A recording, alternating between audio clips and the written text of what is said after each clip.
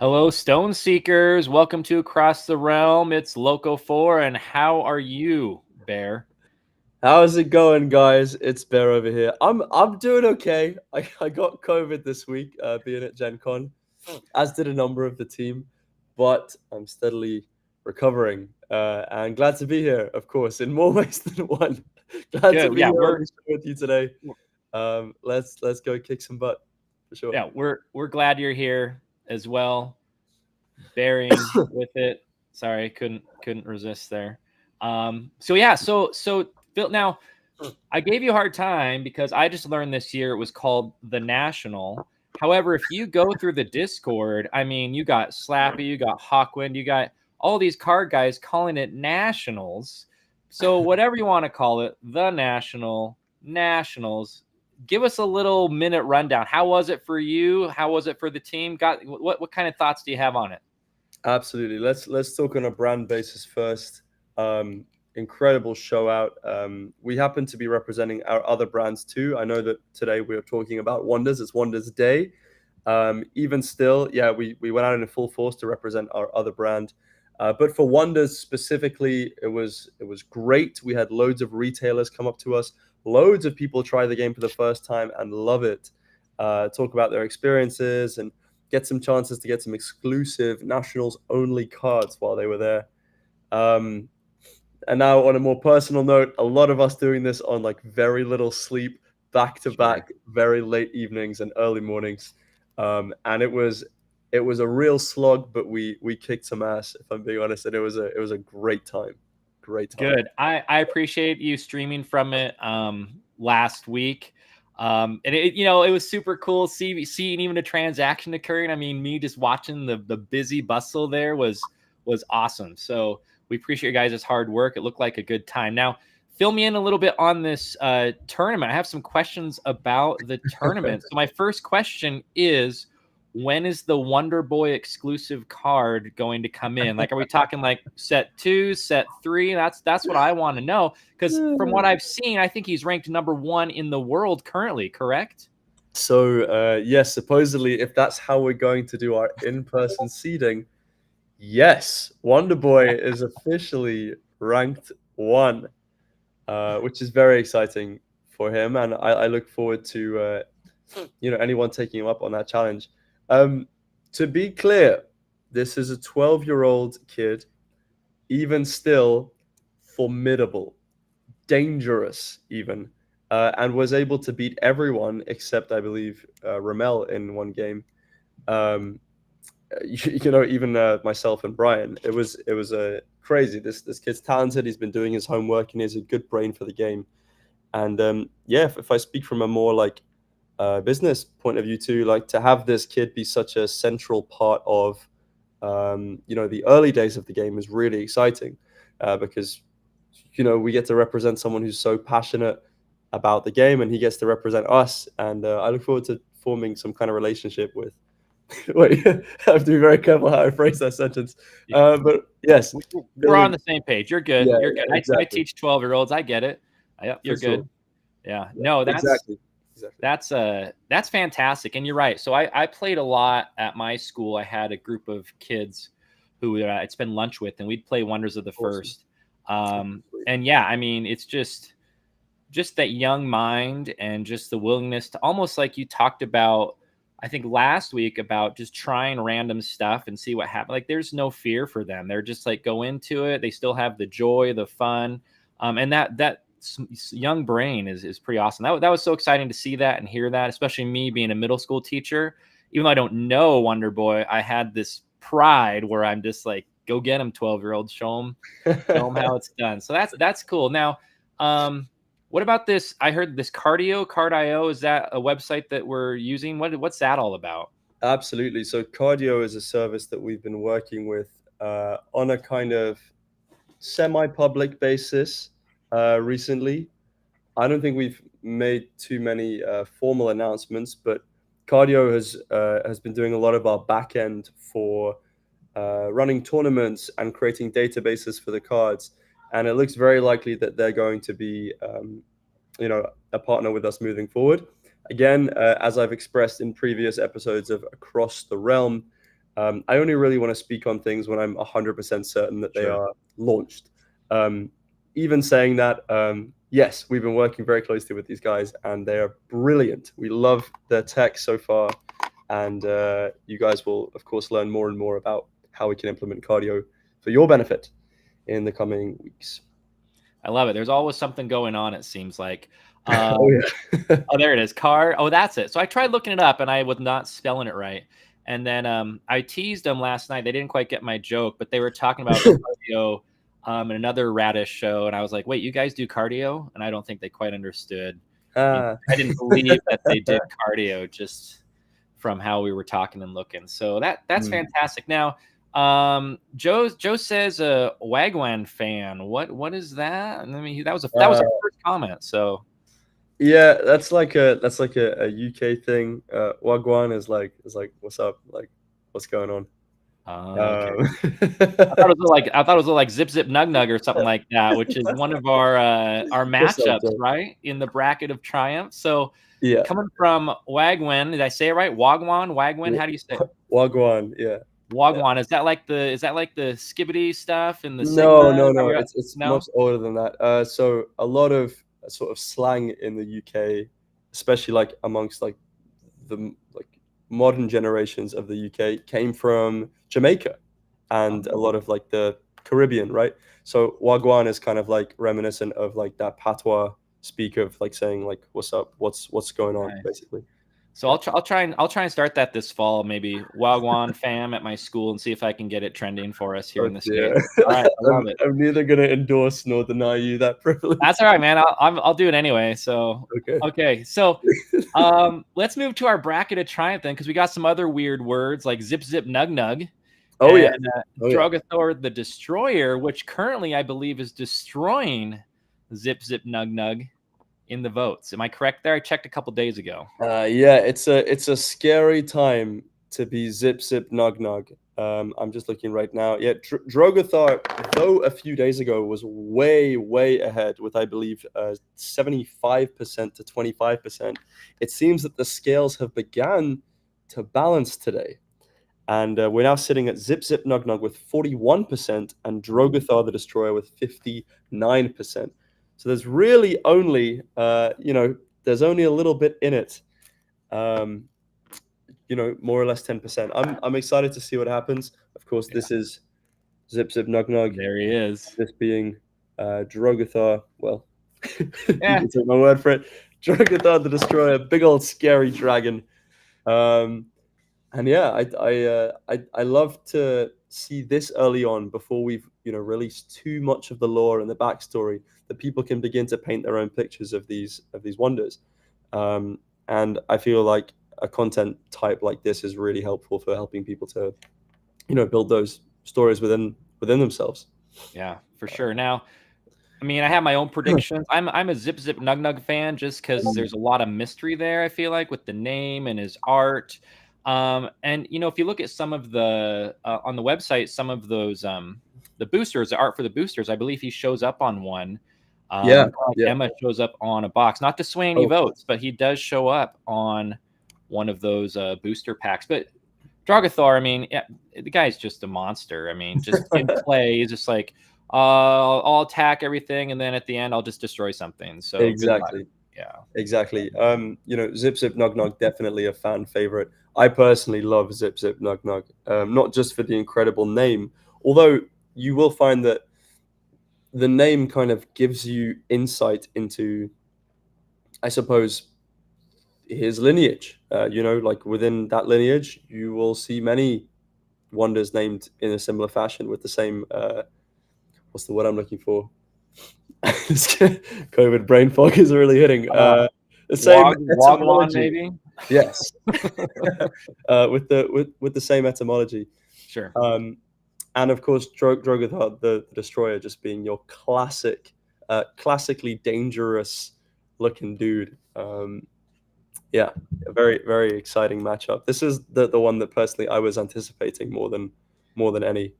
So Yeah, let's see how it goes. Yeah. I'm still pulling for Zip Zip. I guess we'll find out. I haven't checked today, so that's great to see that gap has been closed a little bit. Oh yeah. All right. Moving on to one important thing. If you have not done the backer kit survey, you missed it. So backer kit was a couple days ago, but we do have a nice guy, Fish Hawkwind. He said to reach out if you did have issues. So if you're watching the show and have not done your backer kit, reach out to Fish Hawkwind, or we can help you out too in the Discord to get you arranged. Exactly, Um, and we'll remedy any issues that you may have. I love it. Perfect. Okay, so our matchup today was a complete Sulfera. So how about we talk a little bit Sulfera today? I mean, it's too late. We've already had to pick our starters and stuff, but I believe Sulfera has been a very, very popular orbital. I mean, the tournament you had at the National, was it Dragon Dynasty that took it? Yes, it was Dragon Dynasty that went the distance. And that's like a Sulfera Thalwind blend, correct? Yes. Mainly, it's a Sulfera dominant blend with some Tailwind in there. Yeah. Nice. So that Dragon Dynasty took it. The nice thing is when I go to the website to look at Sulfera, they call it the Forged World. It looks like this orb that's just kind of on fire with Right. a pit of lava coming down. And their first sentence talks about every spark of invention and every beat of the anvil's heart pulses through the air. So I'm curious to learn more about these inventions in the anvil's heart, and it's quite a weird place because I see dragons, I see dwarves, I see like undead Vikings, I see zip nug nugs. I mean, it's interesting. And the last thing I'll share, and I'll let you go, is there are these videos called Stone Seeker's Voyage, and Sulfera has one of them. Yeah. Petraea has one, and Sulfera has one. So on the website at Wonders CCG, you could look up a little video all about Sulfera. So Bear, let's hear what you have about Sulfera for us. Absolutely. Actually, bear with me. Yes. So first things first. I mean, Sulfera is all about getting the strongest among us together. Sorry, I'm getting all kinds of emails. I'm going to put my computer on silent. Yes, the strongest among us, rising up through the ashes. You'll find a lot of mean-looking dudes. Oh, am I sharing my screen? No, I didn't want to share my screen. Okay, so yeah, a lot of mean-looking dudes in Sulfera, and really, we've got goblins, we've got what else have we got? Dwarves, all kinds of mystical creatures, as well as tons of dragons. Of course, this is really where predominantly most of the dragons are going to be hanging out. I'm not really sure how much more to tell you about Sulfera, but it's all rooted in hard work, forging, war, and conquest. And if you'd like to know more, I would encourage you to watch the Stone Seekers video. Yeah, I'm looking at the major factions. I'm most interested in this Munchkin tribe. So I'm curious. I mean, you got the Blazing Order, Broken Sands, Ember Strike Clan, all these things, Gemstone Dominion, and then Munchkin tribe. So I want to know a little more about, and right beneath them is the Orbital Combat Association. So I'm curious a little bit about this this Munchkin tribe. And then the game mechanic Horde kind of leads into this idea that maybe if you're playing Sulfera, it might be a little more aggressive deck, because the whole idea of Horde is that you are holding onto those stones early, and then your cards will benefit, correct? Exactly. Yeah. And that fits that whole dragon theme with treasure and stuff as well. I really like where the theme headed early on. It seemed really loose, and I really like how it's really come together, and it really fits the theme. And speaking of Horde, I'd like to talk about a card of the week, Dwarven Vault, because we haven't talked about an item yet. And even though Dwarven Vault doesn't have the Horde ability or mechanic, pretty much that's what it does. It has Guardian, which means if I have control of the stone in that realm, you're not going to be able to take it from me with battle. It kind of locks it up. So you want to give us a little insight on two things, on what it means to be an item, because I don't think we've talked about items yet, and this Guardian mechanic. Yeah, absolutely. So first of all, items when used properly can be incredibly powerful. Equipment we've learned a ton through our use of um, heliosynth as well, especially because there are so many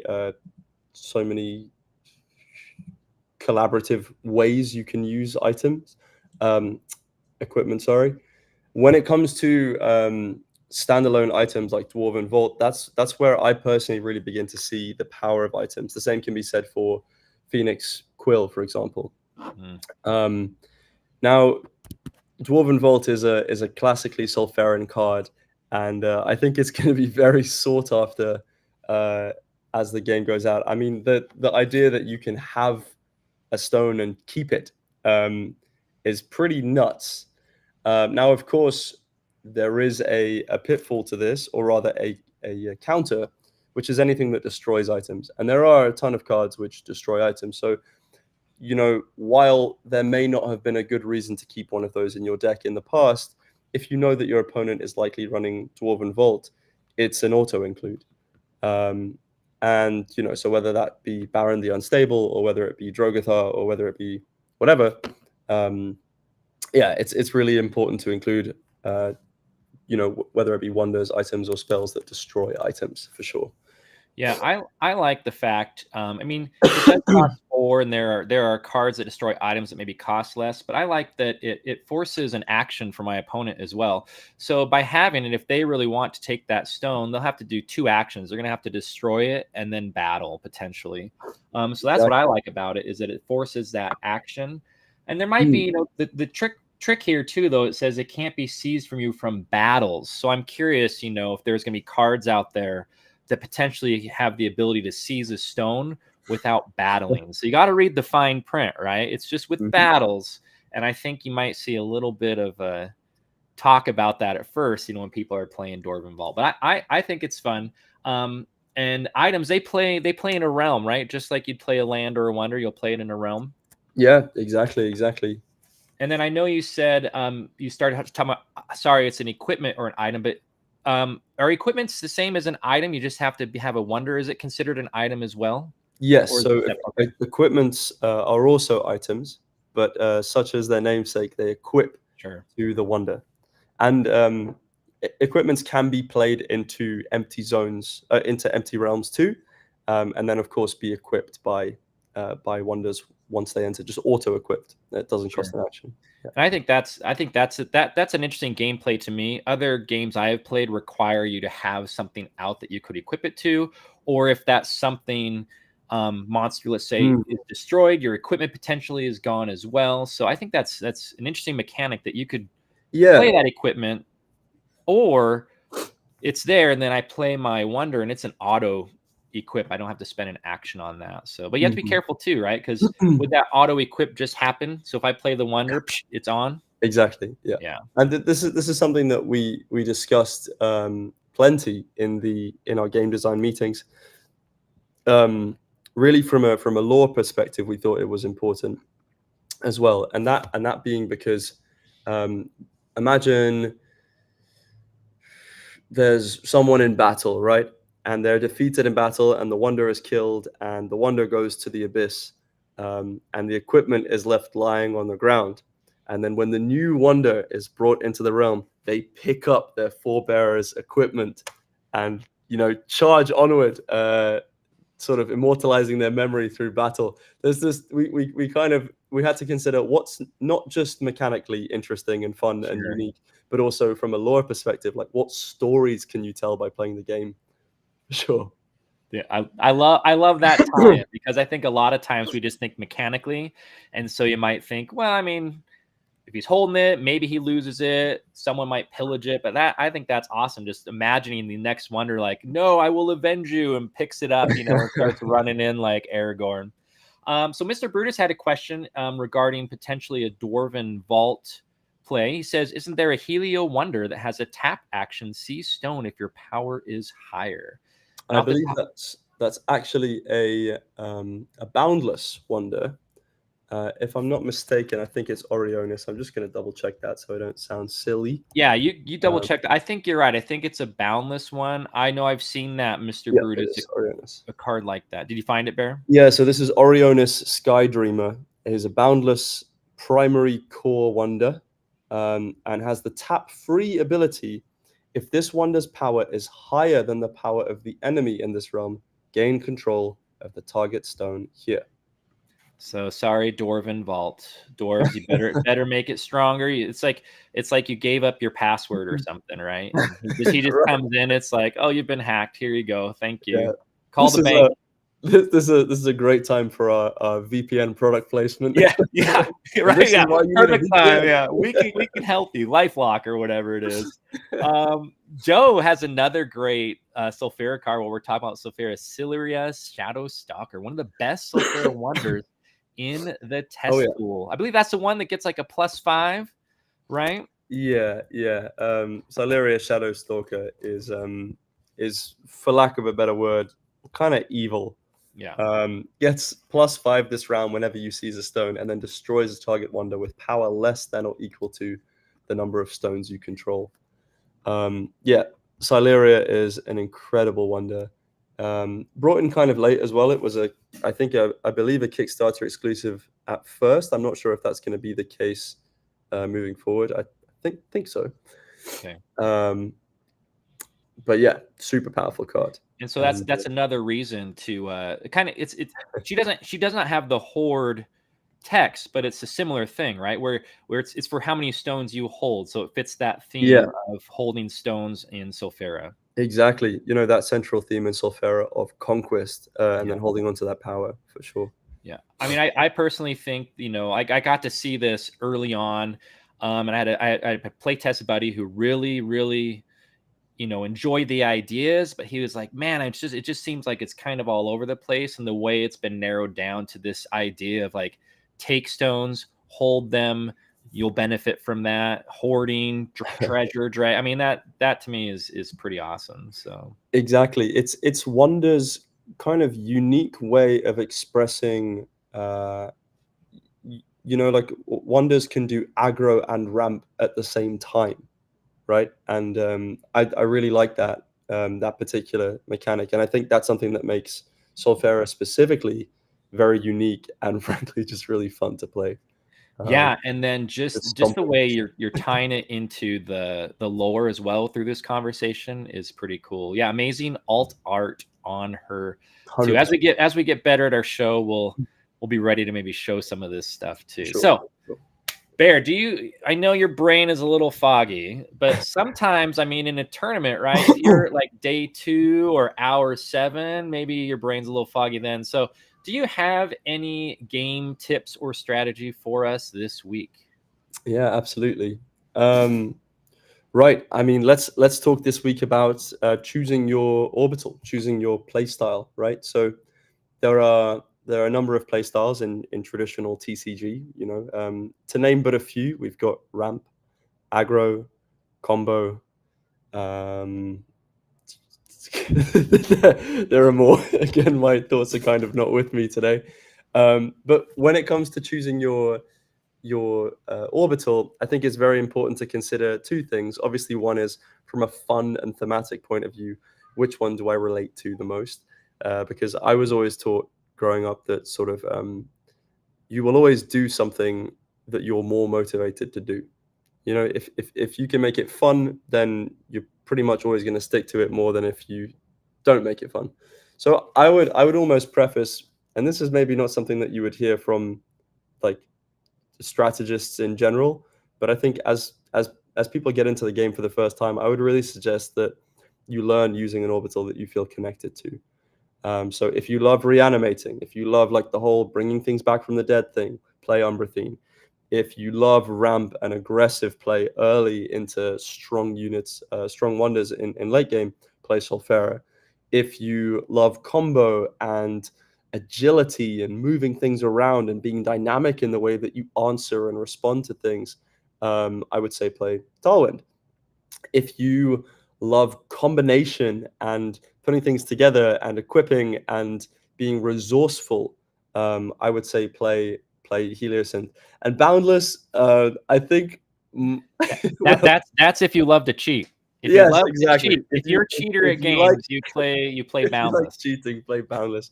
And I did actually forget Patria too, which much like Heliosynth, I would say is about combos. You know, it's about stringing these like really long, well thought out combos together, and then when they hit, they are just incredible. Symbiosis is such an incredible tool for that. So yes, I would say first define sort of which feeling you like the most playing the game, and then look into whether or not you want to play ramp, aggro, combo, um, etc. For sure. Yeah, I've noticed that too, and I've been the one I haven't played the most is Thalwind. And Thalwind's what's interesting is there's a lot of moving, portaling or just movement. And there was a good discussion in Yes. gameplay yesterday or a couple days ago asking about portaling, and so to me that seems a little more complex, especially if you have like a full world, with 7 realms.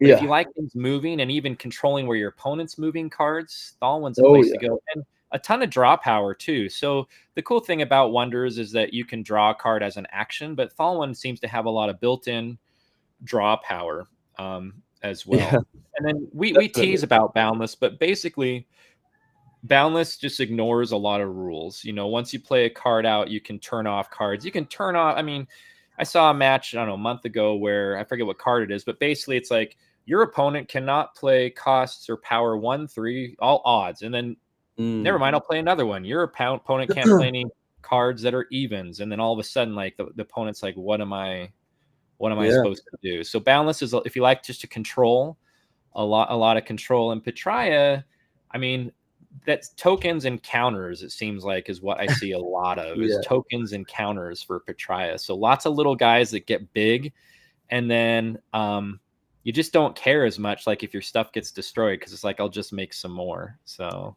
Right. It's like the equivalent of the Murloc deck in Hearthstone, right? Um, yes. So with that being said as well, Boundless kind of from a game design perspective almost started as this, the space between the orbitals kind of thing. And I think even like when we first were designing the game, this is a little bit of information that we hadn't really shared because of course we don't always choose to share a lot of like the early game design decisions. But we were almost deciding whether or not to have less cards in Boundless so that it could kind of be the resourceful orbital that you apply to other orbitals. Like it almost like wouldn't be its own freestanding identity and an orbital. And eventually we did decide on really Boundless standing for its own. But I think if anything, that speaks to how resourceful Boundless is. There are a ton of tools that allow you to, as you said, bend the rules, do things differently, ignore rules to an extent, and that's what makes Boundless probably, in my eyes, the most dynamic and most like consistently engaging and weird orbital to play for sure. Yeah, it's an interesting one too. And I'll look at cards, I'm like, oh, that looks like a Heliosynth thing. Nope, it's Boundless. All of a sudden you're like, oh wow. So it even kind of borrows from, I guess, the other main themes of other orbitals. So yeah, Totally. that's interesting. All right, we have a couple questions. Chris Carter is asking, hey, I'm here at Gen Con looking for you guys. Rumor has it that Brian Tinsman's wandering around there. Oh, yeah. Look for a bearded guy that could probably take you down with his jujitsu. And then there's some other fans there. Ben from a level the Be a Hero. He's there. He says he's going to set up sometime after lunch around 1.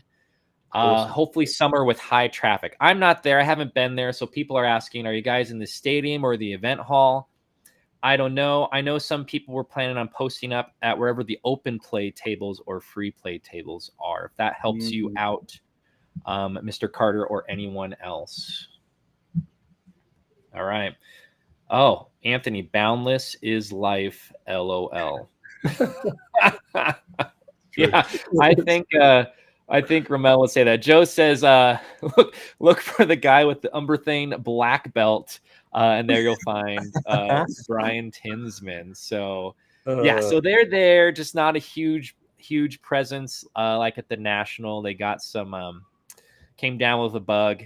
But there's some people there, and look for those Wonders cards. You know them, you've seen them. So, or just call out. Maybe we need like a secret call. I don't know. That we know you're a Wonders person. All right, exactly. Bear, do you have anything else for us today? I think that's it from me today. I will say I've been pretty sick these last 2 days, like bed bound in the hotel. So I would say everyone take care. Make sure you're getting enough sleep, drinking enough water. No, you Eating too. We well. appreciate you doing this. Don't forget, you guys can still order your play test kits. Every time I go on that website, there's a different option. You can now get just the cards or just the play mats.